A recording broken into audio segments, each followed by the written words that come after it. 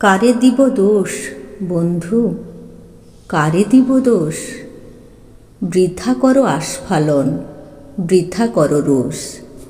যারা শুধু মরে কিন্তু নাহি দেয় প্রাণ, কেহ কভু তাহাদের করেনি সম্মান।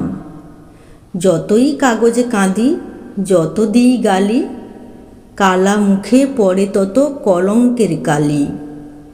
যে তোমারে অপমান করে অহর্নিশ, তারই কাছে তারই পরে তোমার নালিশ।